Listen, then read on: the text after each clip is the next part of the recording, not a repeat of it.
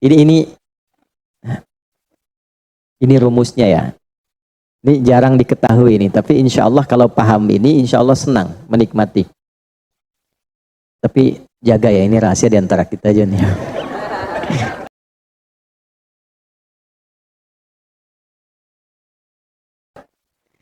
Gini, dalam fikih rizki itu ada 3 hal yang pokok. 1, rizki itu akan diberikan. Rumusnya ya, akan diberikan saat ikhtiar kita keluar. Apapun jenisnya. Sudah jelas itu. Ya. Itu ada di Quran surah ke-51. Sudah? Di ayat 22. Wa fis samaa'i rizqukum wa ma tu'adun. Dan di langit telah ditetapkan kadar rizkimu. Dan dijanjikan oleh Allah pasti diberikan. Nah, kapan itu diberikan? Ketika ikhtiar kita keluar. Jadi yang laki-laki, yang ikhwan ini, contoh ini, kita sudah siap saja untuk keluar, baru bawa map melangkah untuk menjemput rezeki Allah, ya, itu sudah ditetapkan keluar. Cuma sampainya kapan kita terima, nanti ada aturan lagi yang mengikat. Ya, sesuai dengan kadar niat nanti. Niatnya apa nih? Apakah mencari rezeki untuk kebutuhan dunia saja? Apakah mencari rezeki untuk mendapatkan ridha Allah? Ya kan? Niatnya bisa berbeda. Nah, berdasarkan niat itu, nanti Allah arahkan untuk mendapatkan yang terbaik. Tapi, berlaku hukum kedua. Ikhtiar Anda itu telah mengeluarkan rezeki dan tidak akan menguranginya. Ya, paham dulu sampai sini dulu ya. Pelan-pelan dulu. Nah, handphonenya turun dulu supaya fokusnya nyimaknya maksimal ya. Supaya maksimal nyimaknya. Tenang. Ini direkamnya bisa diulang nanti kalau supaya maksimal ngelihatnya. Jadi ini yang pertama dulu. Rizki sudah ditetapkan, pasti diberikan. Cara Allah memberikan, kita bergerak, itu rizki ditetapkan turun. Jelas? Nah, diterimanya oleh kita, nanti kembali berdasarkan ikhtiar kita dan niat kita untuk mendapatinya. Innamal a'malu ya, itu dalil hadisnya. Jelas ya? Sampai sini dulu. Yang kedua, rizki tidak akan tertukar dan berkurang. Karena kadarnya sudah pas. Ya, tepat, pas. Tidak ada yang berkurang. Dan tidak akan tertukar. Kalau Anda yang berikhtiar, tidak mungkin datangnya ke teman Anda. Mustahil. Kalau kita yang berikhtiar, tidak mungkin kepada saingan kita. Itu mustahil. Ya, kan ada persaingan dalam bisnis kadang-kadang kan? Kalau Anda yang ikhtiar, tidak mungkin ikhtiar Anda hasilnya diberikan kepada lawan bisnis Anda, itu mustahil. Pasti jatuhnya ke Anda juga. Tidak akan ke yang lain. Kecuali dalam satu bab rumah tangga. Ya, usaha ayah kadang diberikan rizkinya mengalir kepada anak, atau usaha anak akan mengalir kemudian dampaknya kepada orang tuanya. Itu sudah rumus. Ya, awas hati-hati. Jadi kalau Anda ingin mudah berkehidupan ke depan, didik anak dekat dengan Allah. Ketika anak itu jadi baik, keberkahan pada anak itu akan menular kepada kedua orang tuanya. Ya, Bapak Ibu pengen haji, nabung banyak, belum berangkat, sudah antrian panjang. Itu kan? Tapi tiba-tiba ada orang yang tetangga anaknya penghafal Quran 30 juz, dapat hadiah haji, orang tuanya ikut, bapaknya ikut, ibunya ikut, gurunya ikut. Ya, jadi nanti ada 2 ayat di dalam Al-Quran yang menjamin usaha orang tua mengalir ke anak, usaha anak mengalir kepada kedua orang tua. Babnya keluarkan kalau ingin mudah. Nah, yang ketiga, nanti saya urutkan di papan tulis supaya memudahkan itu. Yang ketiga, ini yang paling penting untuk disadari, urut dulu ya. 1, rizki telah ditetapkan untuk diberikan sepanjang kita mau berikhtiar untuk menjemputnya. 2, rizki tidak akan berkurang dan tidak akan tertukar. Baik ya? Jelas sampai sini? Nah, ketiga, ini yang paling penting. Fokus ini dengan baik. Rizki akan ditentukan keberkahannya berdasarkan nilai keimanan seorang hamba. Catat ya. Rizki akan ditentukan kadar keberkahannya. Saya bicara berkah dulu tuh. Berdasarkan kadar keimanan seorang hamba. Yang ketiga ini kaidah khusus yang membedakan antara beriman dengan belum beriman. Sebab kita bisa bertanya kepada Allah, ya Allah, saya sudah beriman. Ada hambamu belum beriman. Apa yang membedakan iman saya dengan hambamu yang belum beriman terkait dengan persoalan rizki? Maka turun nanti ada ayat tentang rizki yang dikaitkan dengan iman. Sekarang kita praktekkan pelan-pelan. Ada rizki. Ada yang namanya rizki? Ada ya? Nah ini ya. Ini bab tentang Anda nih. Satu, pasti diberikan sesuai kadar ikhtiar.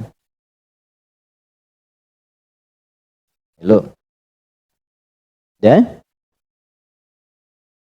Dua, sifatnya tidak tertukar. Ya, putri boleh tertukar, ada menteri yang tertukar, tapi tidak ada rezeki yang tertukar ya. Tidak tertukar sesuai dengan niat. Rizki nggak butuh alamat ya Pak. Udah begitu dapat langsung diberikan. Karena malaikat tuh kalau sudah turunkan nggak mungkin salah alamat tuh, udah tercatat semua itu. Ya. Tiga, kadar iman menentukan keberkahan satu rizki. Keberkahan rizki. Ini, tiga ini. Ya.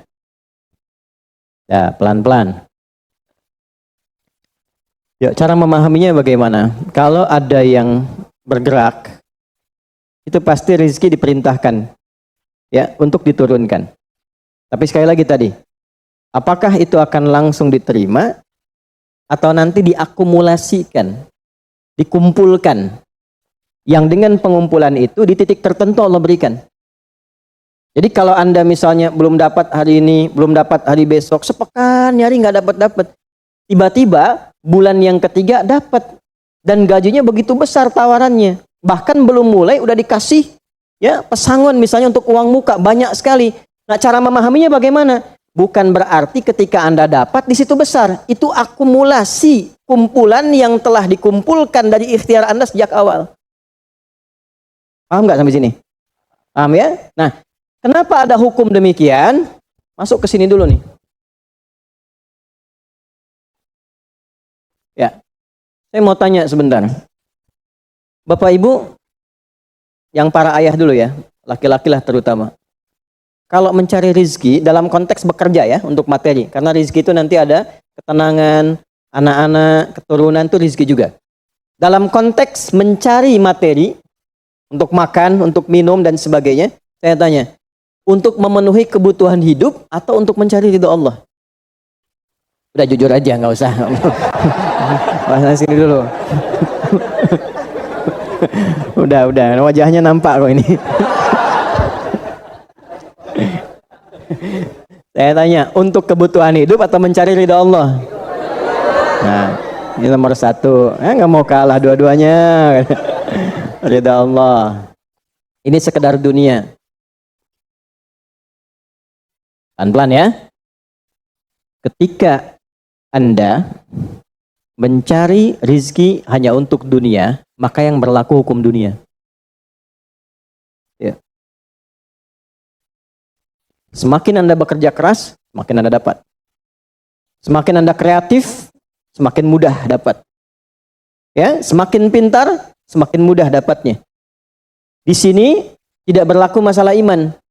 Karena semua sama, Allah tetapkan hukum dunia. Siapa yang bekerja keras, siapa yang mau kreatif, siapa yang punya inovasi, siapa yang makin pintar, mudah dia mendapatkan dunia. Ada ilmu menambah, dunia dapat. Man arada dunya, kata Imam Syafi'i, fa'alaihi bil ilmi. Siapa yang ingin menguasai dunia, dengan ilmu bisa dapat. Ini. Ada ilmu kreativitas, ada serius, sungguh-sungguh. Kerja yang serius, sungguh-sungguh. Itu kan? Di Tiongkok itu kalau datang ke satu tempat ketukin tiap pintu nawarin barang. Ya, barang ditawarin 1, 2, 3, 4 saking seriusnya. Orang mengerjakan apa, dia cari yang lain. Pernah dulu ada orang bukan muslim ke Saudi, mampir ke Jeddah hanya untuk lihat jemaah haji itu beli apa. Setelah itu dia pulang ke Tiongkok, ke Cina, ya. Musim berikutnya itu made in China.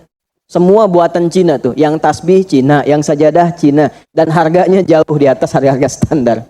Itu tuh.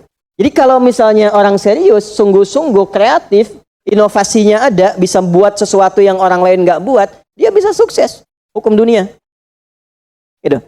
Tapi semua apa yang didapatkan pun untuk memenuhi kebutuhan dunia saja. Ya. Nafsu ada di situ, persaingan ada di situ, ya, popularitas ada di situ. Makanya orang-orang yang kerjanya orientasi dunia, itu pada umumnya, maaf ya, pada umumnya, apa yang didapatkan hanya untuk memenuhi kebutuhan nafsunya saja. Selesai sampai sini. Nafsu itu kan nggak berhenti. Makanya perlombaannya berapa banyak? Ayo, siapa yang duluan dapat 10 triliun? Siapa yang duluan dapat 20 triliun? Dunia.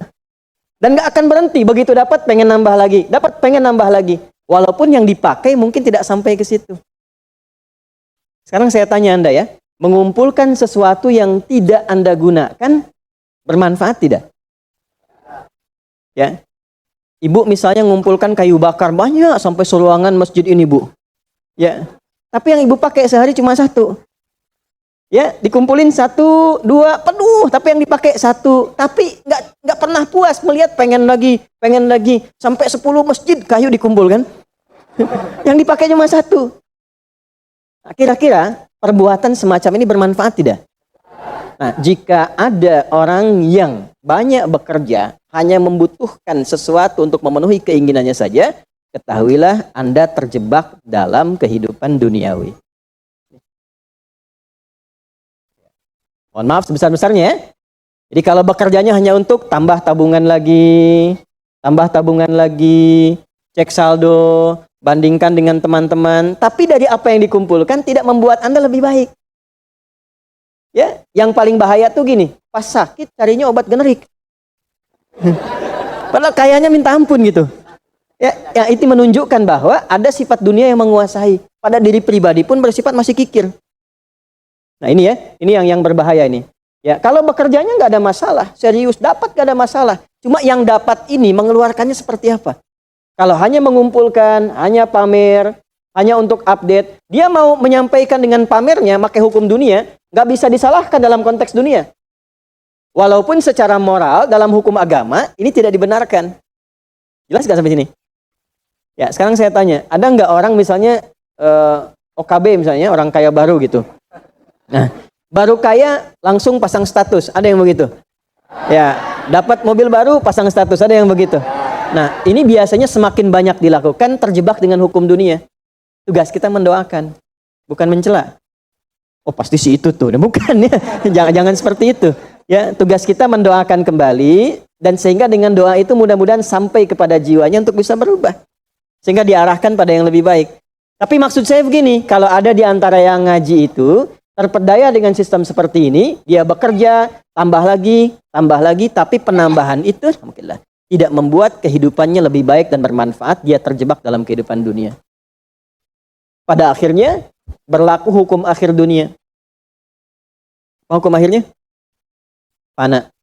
Dunia itu kan punya 2 arti, satu cepat, yang kedua rusak. Cepat gak terasa, kayaknya baru kemarin kita ngaji ya, sekarang ketemu lagi. Cepat tuh. Ya ketemu teman, kayaknya baru kemarin main sama-sama. Ternyata sekarang udah punya cucu 4 gitu. Saya? Itu dunia tuh.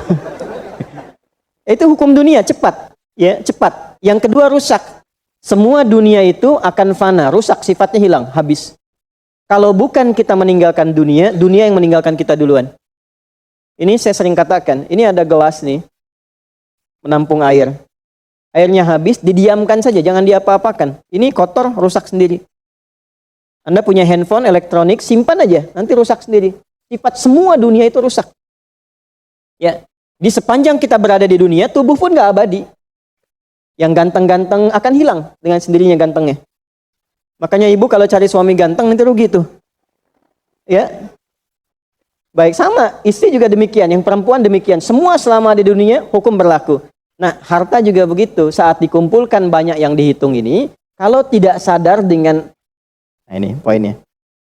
Kalau tidak sadar dengan ketentuan hidup yang benar, pasti penyesalannya di akhir. Karena semua yang dikumpulkan itu pada akhirnya akan selesai hilang.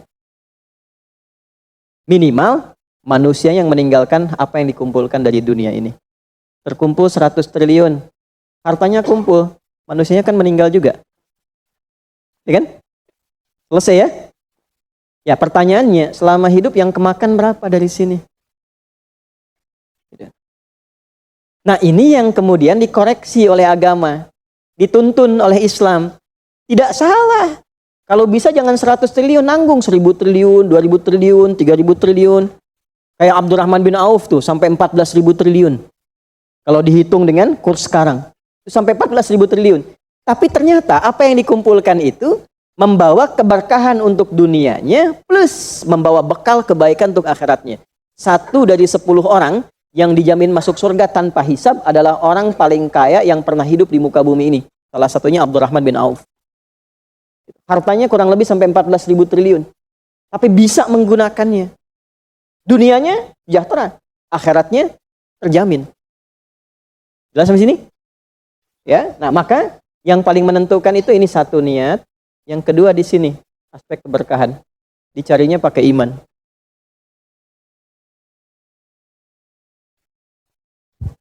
Maka niatkan yang pertama, upayakan setiap pencarian itu gunakan fungsi imannya untuk mencari ridha Allah.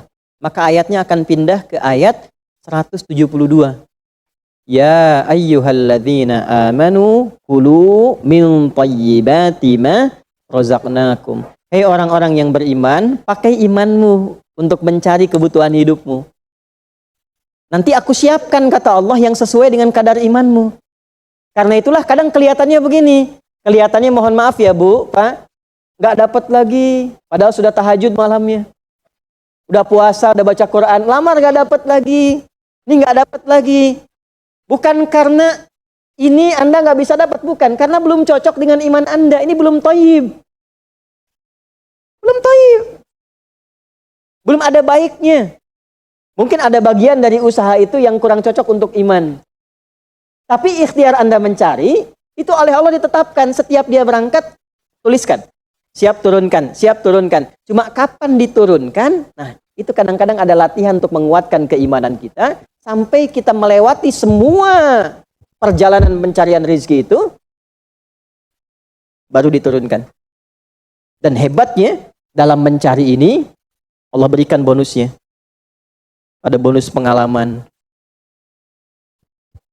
Pernah sakit, pernah capek, pernah naik ini, pernah naik itu, tanpa sadar, itu yang menempa dirinya menjadi sosok yang lebih kuat, lebih baik, yang ketika rezekinya diberikan seutuhnya, dia sudah bisa menggunakan rezeki ini sesuai dengan pengalaman sebelumnya.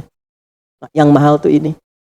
Makanya Abdurrahman bin Auf itu kan diambil dulu, dirampas hartanya, berangkat 400 km, jalan kaki, nggak bawa apa-apa, dipakai dulu ilmunya, belajar dulu jadi penyalur, dapat upah, dapat bonus dulu, baru dipakai lagi. Tapi perjalanan itu menempa hidupnya dengan iman, sehingga jadi orang terkaya yang pernah tercatat dalam kehidupan di bumi sampai hari ini.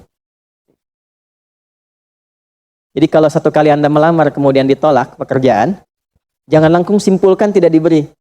Alhamdulillah ya Allah, yang telah memberikan kepadaku rizki yang baru berupa penolakan ini, untuk menguatkan iman dan mentalku untuk menjemput rizkimu yang lebih baik daripada ini. Jelas ya? Nah ini poin-poin ini yang mahal. Nanti kalau sudah dapat ilmu ini, yang lainnya akan lebih mudah. Nah, jadi jangan disimpulkan, ya Allah, aku sudah ngaji, aku sudah tahajud, kurang apa lagi? Sampai hari ini aku belum dapat. Nah itu sesuatu yang tidak tepat untuk keluar, tapi juga bisa dipahami karena boleh jadi belum mendapatkan pencerahan sesuai dengan bab rezekinya. Nah pada akhirnya dikembalikan, kalau sudah dapat itu ditanya balik oleh Allah, itu mau dipakai apa? Toh pada akhirnya aku yang cukupkan.